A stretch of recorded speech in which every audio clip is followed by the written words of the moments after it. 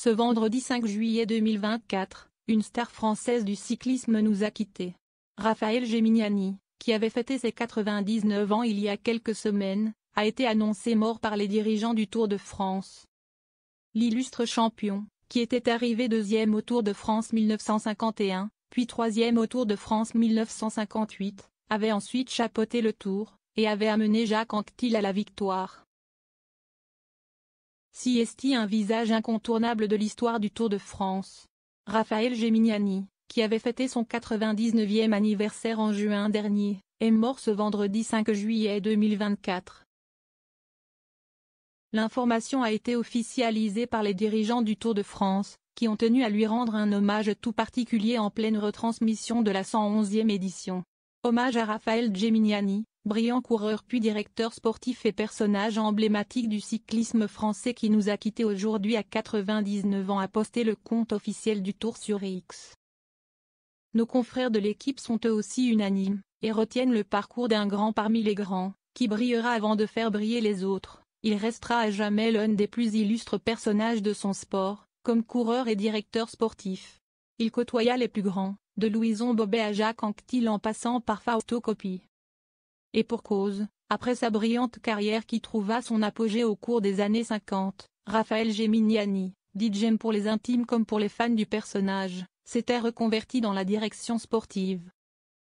Il avait été nommé directeur sportif du Tour, et avait amené un certain Jacques Anquetil à la victoire. Un parcours exceptionnel. Et un brillant homme d'affaires. Le palmarès de Raphaël Géminiani est spectaculaire, et a de quoi faire rêver tous les cyclistes tricolores actuels, que sont Thibaut Pinot, Warren Barguil, Julien Alaphilippe ou Christophe Laporte. Vainqueur de cette étape du Tour de France, il a été sacré champion de France en 1953.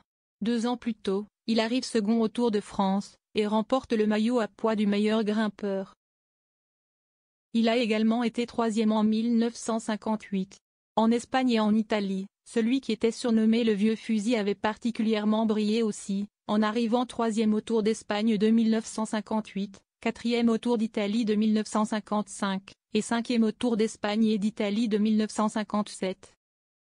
Il restera dans l'histoire du cyclisme français le premier Français à avoir porté le maillot rose, en 1955. La même année, il parvient à se hisser jusqu'au maillot jaune au Tour d'Espagne. Sur le Tour de France, il portera le maillot jaune pendant quelques étapes, en 1958. Au Tour d'Italie, il avait été sacré meilleur grimpeur à 2 reprises, en 1952 et 1957. Raphaël Géminiani aura également marqué l'histoire du cyclisme français pour des raisons plus étonnantes. Il est le premier joueur à avoir fait un partenariat publicitaire extra-sportif, en associant son nom à celui de la marque apéritive Saint-Raphaël. La pratique, jusqu'alors inédite, surprendra à l'époque, pour finalement se généraliser et se démocratiser par la suite.